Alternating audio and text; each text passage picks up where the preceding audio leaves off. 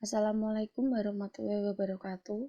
Perkenalkan saya Mei Ika Nurul Khotimah, perwakilan kelompok dari Tukak Lambung yang beranggotakan Kezia Putri Mahadewi, Mei Ika Nurul Khotimah, Muhammad Faizur Rashid, Nadia Ulfa, Nia Isa, dan Oktovina. Di sini saya akan mewakili kelompok saya untuk mempresentasikan tukak lambung atau gastric ulcer. Tukak lambung adalah luka yang muncul pada dinding lambung akibat terkikisnya lapisan dinding lambung. Ada beberapa faktor yang dapat meningkatkan resiko terjadinya tukak lambung atau memperparah gejala tukak lambung, yaitu yang pertama merokok, terutama pada seseorang yang terinfeksi bakteri pylori. Yang kedua, stres yang tidak terkelola dengan baik. Yang ketiga, konsumsi makanan asam atau pedas. Yang keempat, konsumsi minuman beralkohol. Gejala-gejala tukak lambung yang pertama yaitu nyeri atau perih pada perut. Yang kedua, nyeri ulu hati. Yang ketiga, tidak nafsu makan. Yang keempat, mengalami mual. Yang kelima, gangguan pencernaan. Kemudian yang penyebab tukak lambung. Dinding lambung biasanya dilapisi selaput yang melindunginya dari asam lambung. Peningkatan kadar asam lambung atau penipisan selaput pelindung lambung berpotensi memicu munculnya tukak lambung. Penyebab umum yang dapat menurunkan perlindungan dinding lambung terhadap asam lambung meliputi infeksi bakteri Helicobacter pylori dan penggunaan obat antiinflamasi non-steroid yang sering digunakan.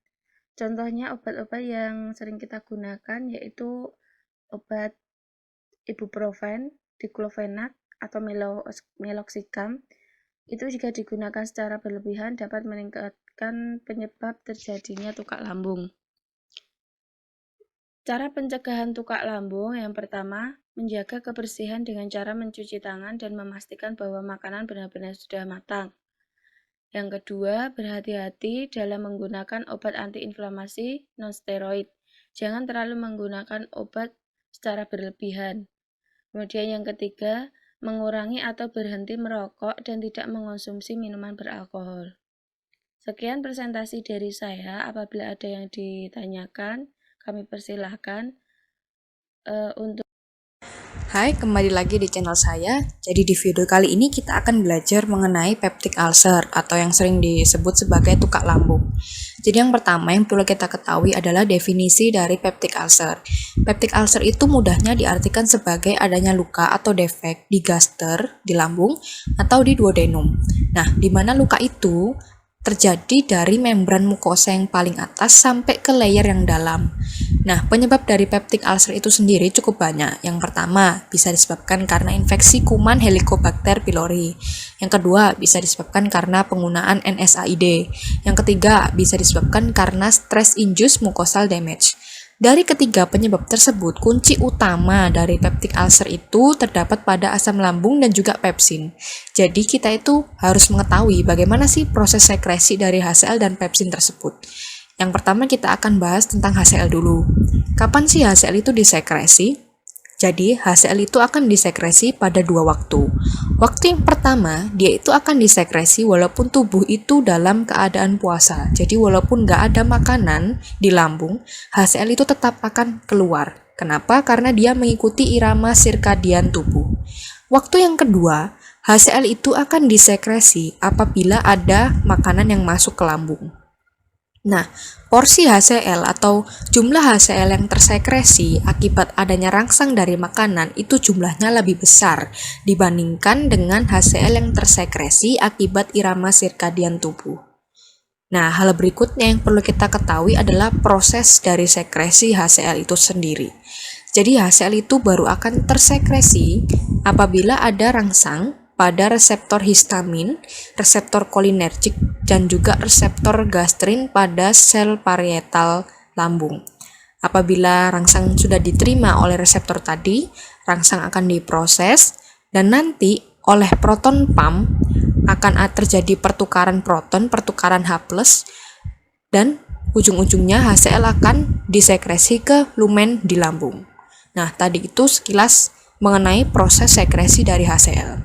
Yang kedua, sekarang kita akan membahas mengenai pepsin. Jadi tadi kan penyebab kunci utamanya kan ada dua, asam lambung dan juga pepsin. Tadi kita sudah bahas tentang HCl, sekarang kita masuk ke pepsin. Nah, pepsin itu merupakan bentuk aktif dari pepsinogen. Jadi enzim pepsinogen yang akan dikeluarkan oleh sel Chief di lambung itu baru akan teraktivasi bila suasana lambung itu asam. Setelah teraktivasi, maka pepsinogen itu akan berubah menjadi pepsin. Nah, fungsi dari pepsin ini untuk memecah protein. Nah, oleh karena itu, biasanya obat-obatan yang digunakan untuk mencegah adanya peptic ulcer itu sangat berkaitan dengan mekanisme sekresi dari HCl yang tadi sudah kita bahas itu. Jadi, obat pertama yang sering digunakan adalah golongan antasida, di mana antasida itu merupakan obat yang sifatnya itu basa lemah.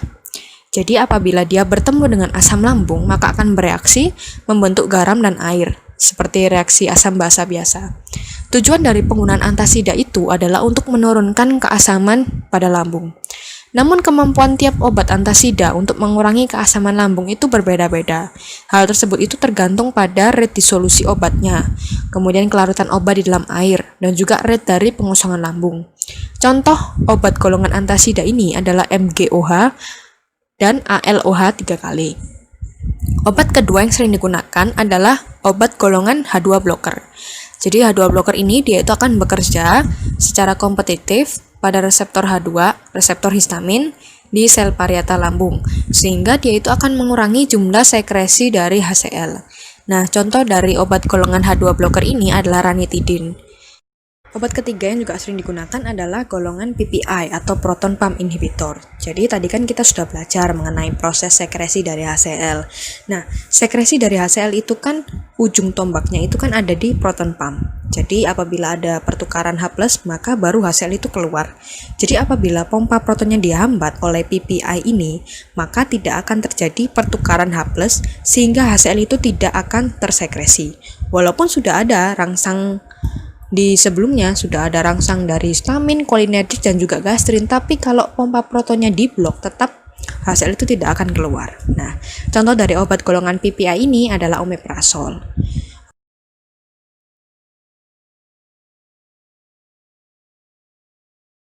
Kemudian pengobatan tukak lambung yang pertama dengan antibiotik.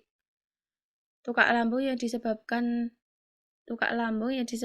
oleh bakteri Helicobacter pylori akan ditangani dengan kombinasi dari beberapa antibiotik, contohnya amoxicillin, metronidazole, dan clarithromycin. Cara yang kedua yaitu dengan menghambat pompa proton.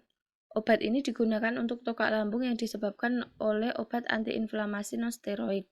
Obat ini akan mengurangi kadar asam lambung dengan menghalangi kinerja sel-sel yang memproduksi asam lambung. Contohnya obat lansoprazole. Kemudian cara yang ketiga yaitu antagonis reseptor H2. Obat-obatan antagonis H2 bekerja dengan menghambat senyawa yang disebut histamin 2. Histamin 2 berperan dalam merangsang dan melepaskan zat asam pada lambung. Contoh obat yang digunakan yaitu cimetidine, neosanmak, Vas, dan Akran. Untuk lebih jelasnya, kalian bisa lihat video di link yang sudah tertera pada PPT. Sekian, terima kasih. Wassalamualaikum warahmatullahi wabarakatuh.